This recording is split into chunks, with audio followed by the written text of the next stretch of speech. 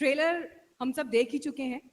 Emergency, आपातकाल, जैसे ये शब्द कानों पर पड़ता है, एक ऐतिहासिक घटना, लोकतंत्र के लिए काला अध्याय। और जब उस सब्जेक्ट पर, उस विषय पर एक फिल्म सामने आ रही है, तो यकीनन उसे लेकर मन में बहुत सारे सवाल होना, उसे लेकर समाज में एक डिस्कोर्स होना लाजमी है, स्वाभाविक है।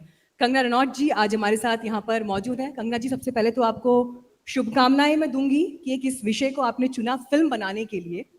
लेकिन फिर आज ही के वक्त में हम ये देख रहे हैं कि फिल्म के इर्द गिर्द इतने विचार हैं, पॉजिटिव भी हैं, नेगेटिव भी हैं, चर्चा भी है, डिस्कशन भी है, और ऐसा लग रहा है कि फिल्म सेंसर बोर्ड के पास फंस गई है। Thank you for having me here. मैं आप सब लोगों का यहाँ पर अभिनंदन करती हूँ कि आप लोगों ने मुझे इस मंच पे अमर उजाला ने बुलाया और अपने विचार रखने का मौका दिया। सबसे पहले तो आपने कहा कि इस फिल्म ने जो है बहुत ज़्यादा सारी धाराओं को जो है उसका प्रवाह जो है वो शुरू किया है। मुझे तो नहीं ऐसा लग रहा। मुझे तो नहीं लग रहा कोई विचार जो है कोई किसी के साथ में किसी तरह के तर्क वितर्क हो रहे हैं या किसी तरह की जो है डिबेट्स हो रही हैं। मुझे तो ऐसा लग रहा है कि सिर्फ बंदूकें तनी जा रही हैं और थप्पड़ और मुक्के और लातें मारी जा रही हैं। बाकी मुझे कोई विचारधाराएं तो नहीं दिख रही है, बातें तो मुझे बिल्कुल नहीं सुनाई दे रही हैं।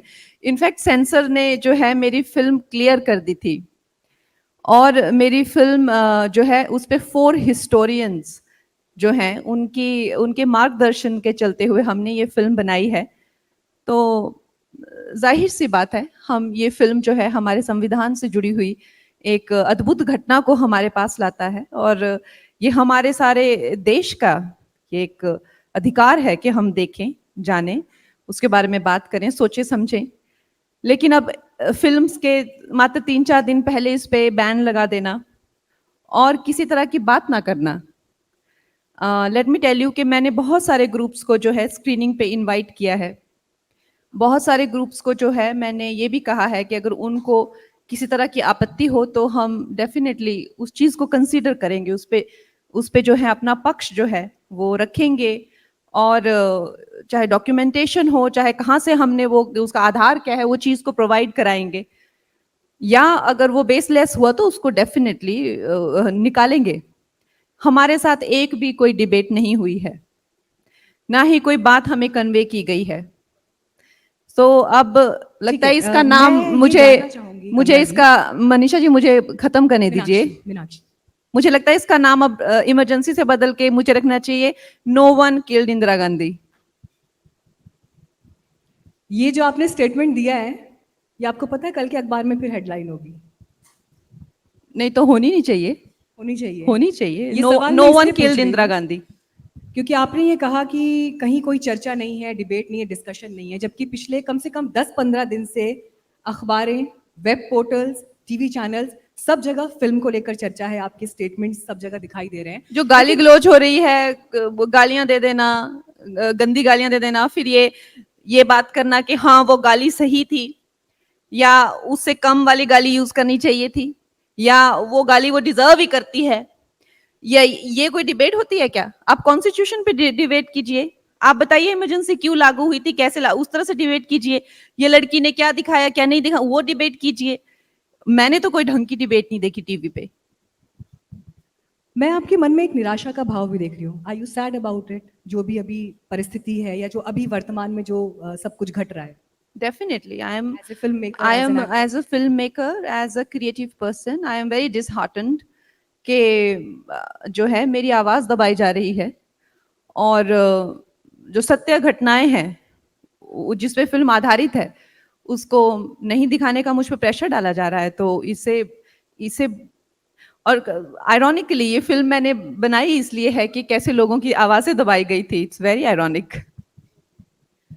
हालांकि आप मुस्कुराते हुए ये बात कह रही हैं, लेकिन फिर भी मैं आपके चेहरे पर वो पीड़ा देख सकती हूँ जब आप ये कह रही हैं कि पूरे दिल के साथ, इमोशन के साथ, उस बिलीफ के साथ आप फिल्म बनाते हैं और सिर्फ ट्रेलर देखकर ही फिल्म को खारिज कर दिया जाता है या उस पर नाराजगी जता दी जाती है। लेकिन आपने एक बड़ी इंपॉर्टेंट बात की और मुझे लगता है जितने लोग यहाँ बैठे हैं उन्होंने भी शायद इस चीज़ को नोट किया। आपने कहा कि हम फिल्म की स्क्रीनिंग रख रहे हैं और अलग अलग ग्रुप्स को हम इन्वाइट भी कर रहे हैं उसे देखने के लिए, और जिनकी जो आपत्तियां हैं उसे सुनने के लिए भी हम तैयार हैं।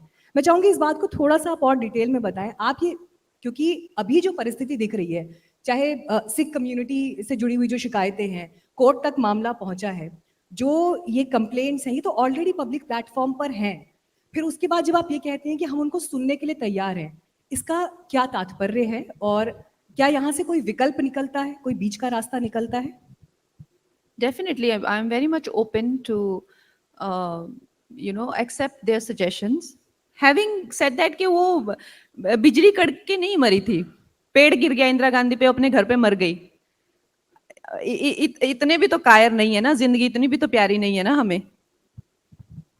आपको लगता है कि जब एक ऐतिहासिक घटना के ऊपर, जिसे लेकर देश ने एक एक बहुत बुरा वक्त भी देखा, उसके बाद की परिस्थितियों में भी, और जब किसी फिल्म में उसको पिक्चराइज किया जाता है, तो लोगों के इमोशंस होते हैं, एक संवेदनशीलता उन चीज़ों को लेकर होती है।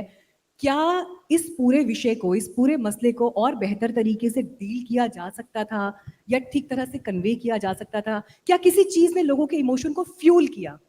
आप अगर कभी भी किसी क्राइम को रिलीजन से जोड़कर जो है राजनीति करेंगे, तो डेफिनेटली देश जो है वो बंदूकों के ही रास्ते पे चलेगा। समझ रहे हैं ना आप? देश जो है बंदूकों के रास्ते पे, कनपट्टी पे बंदूक रखी और उस रास्ते पे चले। उस रास्ते पे देश नहीं चलना चाहिए। हमें अधिकार है कि हम अपने इतिहास से सीखें। और पहले भी हमारे इतिहास ने जो है, चाहे वो जातिवाद के नाम पर हो, चाहे वो देश विभाजन के नाम पर हो, चाहे वो संप्रदायवाद के नाम के, बहुत बहुत खून देखा इस देश ने। तो हमें ये अधिकार है कि हम जानें और समझें कि ये क्यों होता है और क्यों नहीं होना चाहिए। लेकिन अगर आप को बहुत ज्यादा तकलीफ देती है ये वास्तविकता कि लोग अब समझदार हो जाएंगे और समझ लेंगे, तो अगर आपको तकलीफ हो रही है तो कहीं ना कहीं तो आपकी उम्मीदों पर जो है वो पानी फिर रहा है।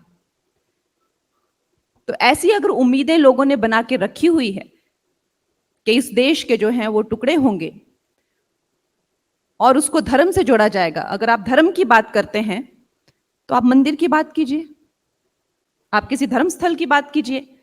धर्म के नाम पर अगर आप अलग देश की डिमांड करते हैं, वहां सरकार चलाना चाहते हैं और देश का विभाजन करना चाहते हैं और कहते हैं आपको धार्मिक, तो हम लोगों की जनरेशन कोई कायरों की जनरेशन नहीं है जो यहां बैठे बैठे देखती रहेगी।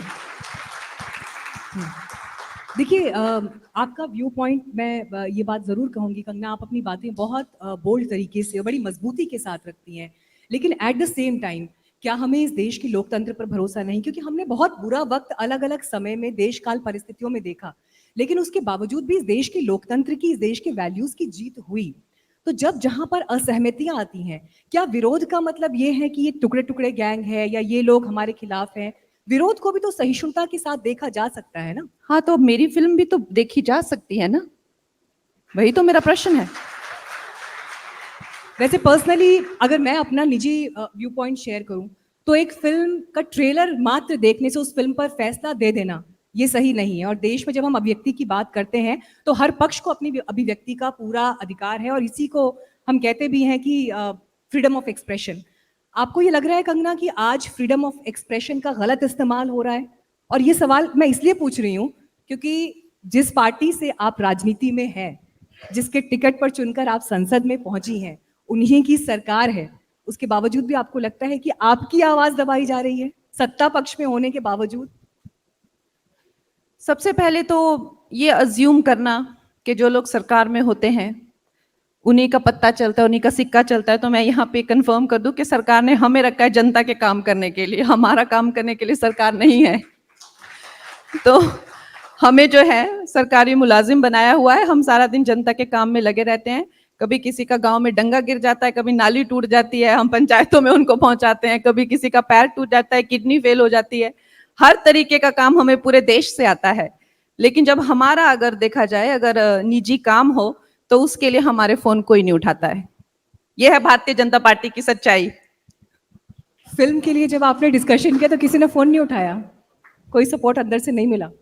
देखिए, मैंने कहा ना आपको अगर आपको राजनीति की बात करनी है तो वो आपसे करेंगे, अगर आपको कोई सपोर्ट चाहिए मंडी क्षेत्र के लिए चाहिए तो वो करेंगे, और फिल्मों की बातों के लिए वो आपका फोन नहीं और उठाएंगे। अगर फिल्म ही राजनीति पर बनी हो तो? वो मेरा एक व्यक्ति विशेष का, जैसे मैंने कहा, ये मैंने फिल्म जो है अपने निजी जो मेरी संपत्ति है या कह लीजिए अपने विचारों से बनाई है, और ये फिल्म पिछली साल बन के तैयार थी।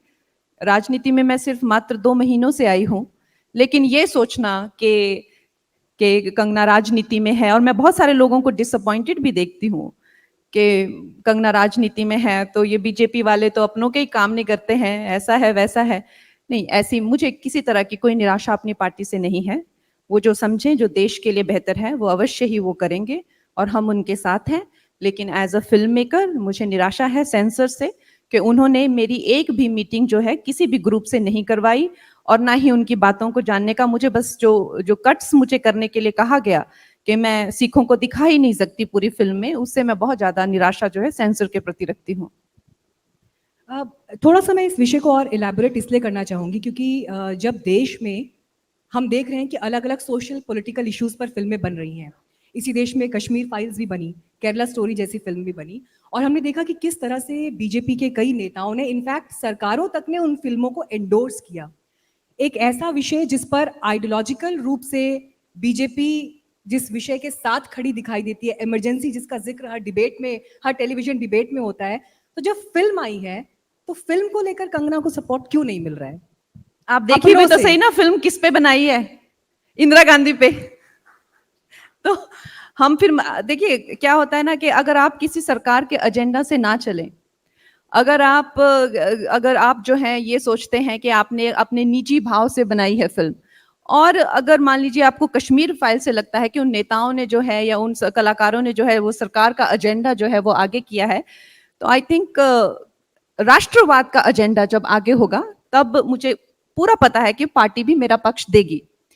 लेकिन अगर आप अभी यहां से देखें, ट्रेलर से मैं क्या उम्मीद कर सकती हूँ कि मुझे क्या सपोर्ट मिलेगी? इंदिरा गांधी की फिल्म पर जो एक तरह से उनकी असैसिनेशन हो गया, इमरजेंसी पे बात करती है, तो आई डोंट थिंक मेरी पार्टी से ना किसी ने फिल्म देखने का, आई डोंट थिंक उनके पास वक्त भी है या वो है। लेकिन जब फिल्म आएगी और इस पर जिस तरह की बातें होंगी, ये नेशनल इंटेग्रिटी के लिए, एक तो हमारा जो संविधान है वो उसका क्या महत्व है, दूसरी चीज कि हमारे देश की जो है इंटेग्रिटी, हमारा सबका साथ रहना, जो जितने भी टुकड़े गैंग, हर एक को अपना देश चाहिए, जिसको चाहिए वो चाहता है कि जो भी क्षेत्र देख लीजिए, हमें अपना देश दे दीजिए, हमें अपना देश दीजिए।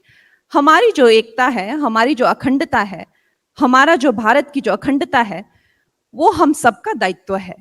और क्या ही हमारा भविष्य होगा अगर ऐसे ही टुकड़ों टुकड़ों में बिकते जाएंगे और बढ़ते जाएंगे, तो कब तक बटेंगे हम?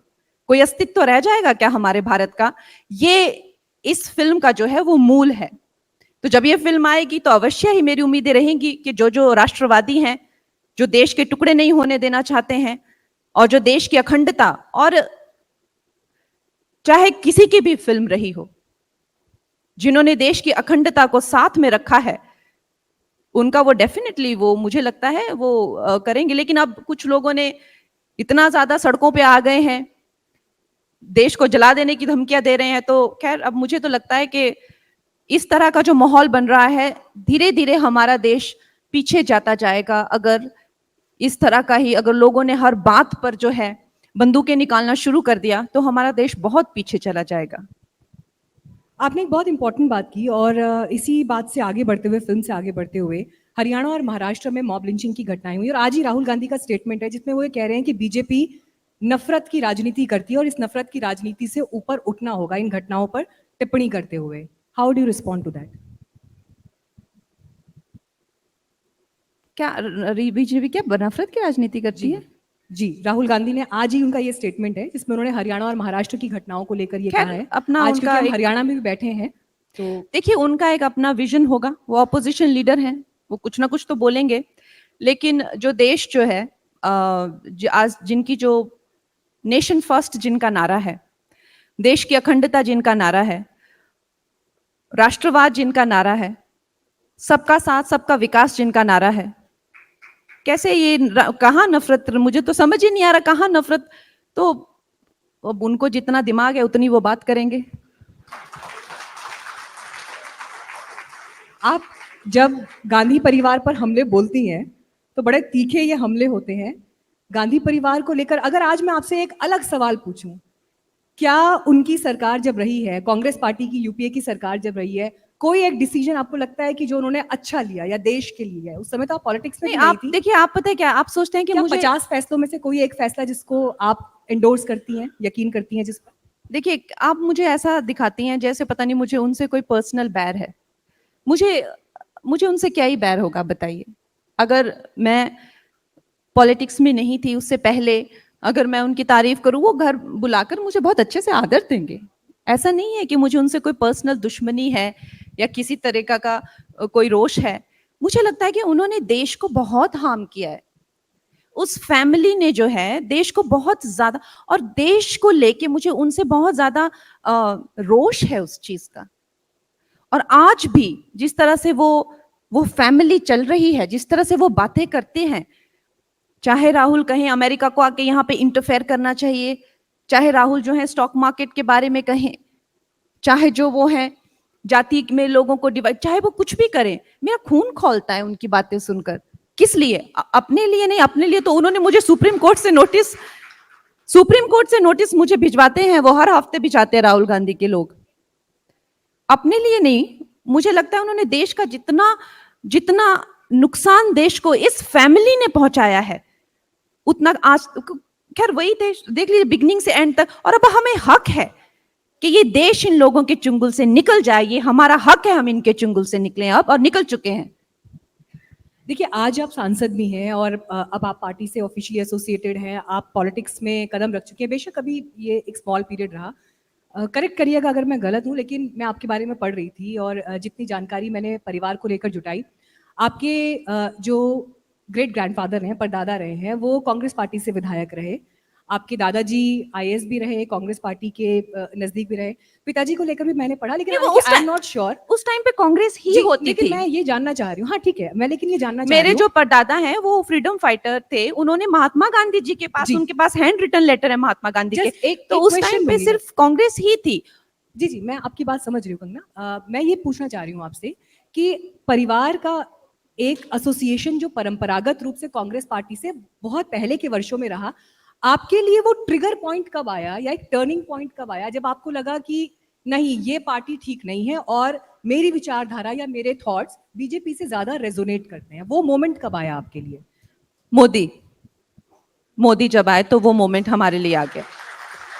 हम लोगों ने बहुत शोषण सहा है। हम लोगों ने हर जगह, जब जब हम चाहे मुंबई गए हों, चाहे शहरों में गए हो, अंग्रेजी नहीं आती है, ये छोटे शहरों से हैं, इनको इंडस्ट्री से निकालो, ये छोटे लोग हैं, ये हम लोग वंशवादी हैं, हम लोग गोरी चमड़ियों वाले हैं, हमारे चाचा चाची जो हैं वो लंदन अमेरिका से हैं, हम लोग बड़ी मिक्स ब्रीड हैं, हम लोग ये हैं, हम लोग वो हैं। हम परेशान थे इस देश में, जो भारत और भारतीयता का जो दुर्दशा थी इस देश में। यहां तक मुझे याद है एक बार एक मेकअप आर्टिस्ट और एक हीरो तैयार हो रहा था, तो उसने कुछ उसको डैप किया, कहता है यार दादा तू क्या बड़ा इंडियन काम करता है। तो मुझे ऐसा अपमानित महसूस हुआ और वो बात हमेशा मेरे साथ रही। बड़ा इंडियन, बड़ा देसी, अरे ये तो इंडियन मेक है, अरे ये तो भारतीय पुलिस है, अरे ये। और हमारी जो फिल्में भी होती थी, यूपी जो है रेप मर्डर का, जहां जाएंगे पुलिस के पास लेडी जाएगी, पुलिस उसको गैंग रेप करेगा। कब तक हम सहते, कब तक हमारा बुरा हाल था। और फिर भी लगता था कि देश को छोड़ के चले जाएं। 2009-2010 में मैंने अमेरिका में घर भी ले लिया, जो भी छोटे बहुत पैसे थे, एक कॉन्डो कैलिबसिस करके कैलिफोर्निया में। मैंने कहा क्या, कहाँ जाएं, कहाँ, इस देश की दुर्दशा देख के बहुत ज्यादा निराशावाद हो जाएंगे नहीं तो। और फिर उदय होता है एक ऐसी चेतना शक्ति का जिसने जन जन में जो है भारतीय होने का एहसास दिलाया। अपने धर्म के प्रति, अपने देश के प्रति, अपनी मिट्टी के प्रति जो है वफादारी है, मिट्टी के प्रति। इसमें क्या शर्मिंदगी है? पर उस टाइम पे आप बता नहीं सकते थे, अरे ये बड़े देशभक्त टाइप हैं। वो भी एक टाइप थी, हिंदीवादी टाइप है, वो भी एक टाइप थी। टेम्पल टाइप है, वो भी एक टाइप थी। और अगर आप इन टाइपों में दिखेंगे तो आप पकड़े जाएंगे। हम परेशान थे और फिर ऐसी चेतना शक्ति का उदय हुआ। और मैं नहीं कहूंगी कि वो मोदी जी तो कब से भटक ही रहे थे, कभी हिमालयों में, कभी कहीं, उनको कौन पूछता था। ये जो चेतना शक्ति है समस्त भारतवर्ष में आई और उन्होंने बोले हम भारत को चुनेंगे, हम भारतीयों को चुनेंगे। और तभी तो मैं कहती हूँ हमें स्वतंत्रता मिली, हमें मानसिक स्वतंत्रता मिली और हमें संवैधानिक स्वतंत्रता मिली जब हमने अपने लोगों को चुना इस देश में। देखिए, आपके आपके इसी इमोशन को मैं अब संसद की तरफ लेकर जाऊंगी। हिमाचल से मेरे ख्याल से, अगर मैं गलत नहीं हूँ, 15-16 साल की उम्र से आप घर से निकल गई थी और उसके बाद दिल्ली, दिल्ली से मुंबई, मुंबई में एक successful film maker, 4 national awards के बाद जब आप दिल्ली पहुंची फिर से राजनीति में कदम रखते हुए, मुझे वो एक्सपीरियंस बताइए, आपका वो पहला दिन जब आपने संसद में कदम रखा, जिस दिन शपथ ली, वो मोमेंट, वो क्षण उस कंगना के लिए कैसा था जो 10 या 12 साल की उम्र में हिमाचल में रहा करती थी, मंडी में रहा करती थी? नहीं, पता नहीं, मुझे एक्चुअली कभी ऐसा लगा नहीं, लेकिन उस टाइम पे मुझे ऐसे लगा कि मैं ये डिजर्व नहीं करती हूँ। मुझे ऐसे लगा कि मैंने ऐसा कुछ भी नहीं किया है कि मुझे यहाँ होना चाहिए। और उस वक्त मेरे दिल में ये ख्याल आया कि मुझे अपने आप को बहुत ऊंचा बनाना पड़ेगा इस जगह की वैल्यू करने के लिए और इससे जस्टिस करने के लिए। अब पता नहीं उतनी मानवता, उतना संघर्ष, उतनी शीलता, उतना धैर्य, उतना सब कुछ मुझ में हो पाएगा या नहीं, लेकिन मुझे बहुत छोटा महसूस हुआ उस दिन उस पद पे। आप बड़ी विनम्रता के साथ ये बात कह रही हैं, लेकिन मंडी के लोग आपको बड़ी आकांक्षाओं के साथ देखते हैं। और इस देश में बहुत सारी ऐसी लड़कियां जिन्होंने कभी भी मुंबई जाने का सपना देखा होगा, जो कॉमन बैकग्राउंड से हैं, जब वो कंगना को अपने एक रिप्रेजेंटेटिव के रूप में देखती हैं तो यकीनन उनकी आंखों में भी जो सपने हैं वो और ज़्यादा फ्लरिश करते हैं। लेकिन हिमाचल से जुड़ी हुई बात मैं इसलिए बार बार पूछ रही हूँ क्योंकि बीइंग अ फेलो पहाड़ी, मैं उत्तराखंड से हूँ, तो मैं ये चीज़ समझती हूँ कि जब पहाड़ से एक इंसान निकलता है तो वो अपने झोले में थोड़ी सी दूब लेकर, थोड़ा सा वहाँ के ठंडे पानी का असर लेकर, वहाँ की फिजाओं को लेकर, बेशक वो टैंजिबल रूप में ना दिखाई दे, लेकिन अपने झोले में लेकर हमेशा चलता है। और कंगना के अस्तित्व में, उनकी पूरी जर्नी में, वो झोला अदृश्य रूप से हमेशा झलकता रहा है। हिमाचल का आई ये थिंक नहीं, एसेंस, वही हमारा जो एक, मुझे लगता है कि पहली बार हमें जो है अपनी मिट्टी की खुशबू जो है पसंद आती है। हमें भी 2014 से पहले कोई पूछता नहीं था, दर दर भटकते थे। 2014 में क्वीन फिल्म आई, एक ऐसी बेटी की फिल्म, दिल्ली की बेटी की फिल्म, अपने घर की बेटी है, वो आइटम नंबर नहीं है, वो कोई वस्त्र पहन के लुभाती नहीं है, वो एक मासूम अपने घर की बेटी है, वो अपनी जर्नी पे निकल जाती है। तो मुझे लगता है कि ऐसे ऐतिहासिक चीजें हुई हैं 2014 में और होती ही जा रही हैं। और आज हम गांव से निकली हुई बेटियां, गांव से निकली हुई बहनें जो हैं आगे आ रही हैं और बड़े गर्व से बोलती हैं कि हम गांव की बेटियां हैं। और यही है, जैसे अटल जी ने कहा था कि हमारा जो विकास है वो गांव का विकास ही भारत देश का विकास है, तो उसी के साथ हम चलेंगे। अच्छा, एक चीज़ होती है कि जब भी हम किसी प्रोफेशन में कदम रखते हैं तो उसकी एक तैयारी होती है, उसकी एक प्रिपरेशन होती है। अगर आप एक्टिंग के फील्ड में भी गई तो आपने अलग अलग उसके लिए ट्रेनिंग लिए होंगे या सभी काम किए होंगे, लेकिन पॉलिटिक्स एक ऐसा फील्ड नहीं है जहाँ के लिए कोई एक ऑफिशियल ट्रेनिंग या किसी इंस्टीट्यूट में जाकर सीखना है। आनंद जी भी बैठे हुए हैं बीच में हमारे, तो ऐसी कोई प्रोफेशनल ट्रेनिंग जैसी चीज़ नहीं है। लेकिन आप अपने आप को हर रोज़ कैसे तैयार कर रही हैं, या एज ए पार्लियामेंटेरियन संसद का जो एक प्रोटोकॉल है, वहाँ का जो एक डेकोरम है, वहाँ पर जिस तरह से कार्रवाई चल रही है, उसके लिए are you preparing something, learning from somewhere, या जस्ट प्योर ऑब्जर्वेशन? नहीं, थोड़ा संघर्ष करके देखिए हर चीज का। बट मुझे लगता है जैसे हम एक्टिंग करते हैं या कोई और काम करते हैं, तो एक वक्त पे आपको एक फिल्म कंप्लीट करके लग सकता है कि हाँ मेरा काम हो गया, आपको ऐसा लग सकता है। लेकिन ये राजनीति का काम ऐसा है, ये कभी भी पूरा नहीं होता है। You are, nothing is enough. जितने चाहे लोगों को मिल लीजिए, जितने चाहे काम कर दीजिए। और क्योंकि ऐसा भगवान की कृपा है कि हमें सारे देश में जानते हैं, सारे देशों से फोन आते रहते हैं, मेरी बेटी घर नहीं आई कंगना जी, हमारे आज पति ने ये कर दिया, ये सब कर दिया, तो आज हम ये इसको उठा के ले गए हैं, किडनैप हो गए हैं। तो खैर जितना हो सकता है उतना कर देते हैं। कभी कभी ऐसी भी स्थिति आती है, जैसे हमारे मंडी क्षेत्र में ऐसी बाढ़ आई, लोगों के घर ही बह गए, लोगों के बच्चे ही बह गए, तब हम वहां पे खड़े भी हो जाते हैं कि अब प्रकृति के सामने, इतने बड़े देश के सामने हमारा क्या ही अस्तित्व है। कभी एक कभी लगता है 2 आंसुओं का इतना मोल हो जाता है जितना न जाने कितना काम करके नहीं होता है। कई बार जो है काम करके, तो ये जो राजनीति का फील्ड है बहुत ज़्यादा डिमांडिंग है और जितना भी करें उतना ही कम है।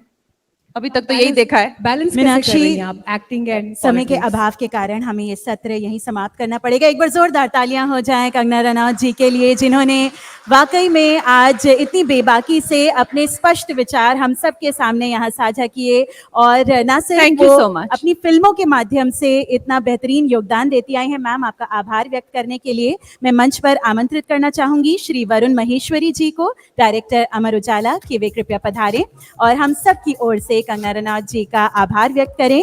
अमर उजाला परिवार की तरफ से जोरदार तालियों के मध्य कंगना रनौत जी, जो निरंतर अपने सफल प्रयासों से समाज में एक कुशल बदलाव लाने के प्रयास करती आई हैं, ना सिर्फ अपनी कला के माध्यम से बल्कि अपने सुंदर विचारों के भी माध्यम से। बहुत बहुत धन्यवाद। अगर आप ये वीडियो YouTube पर देख रहे हैं तो हमारे चैनल को सब्सक्राइब करें और बेल आइकन को दबाना ना भूलें। अगर आप Facebook पर ये वीडियो देख रहे हैं तो हमारे पेज को लाइक करें।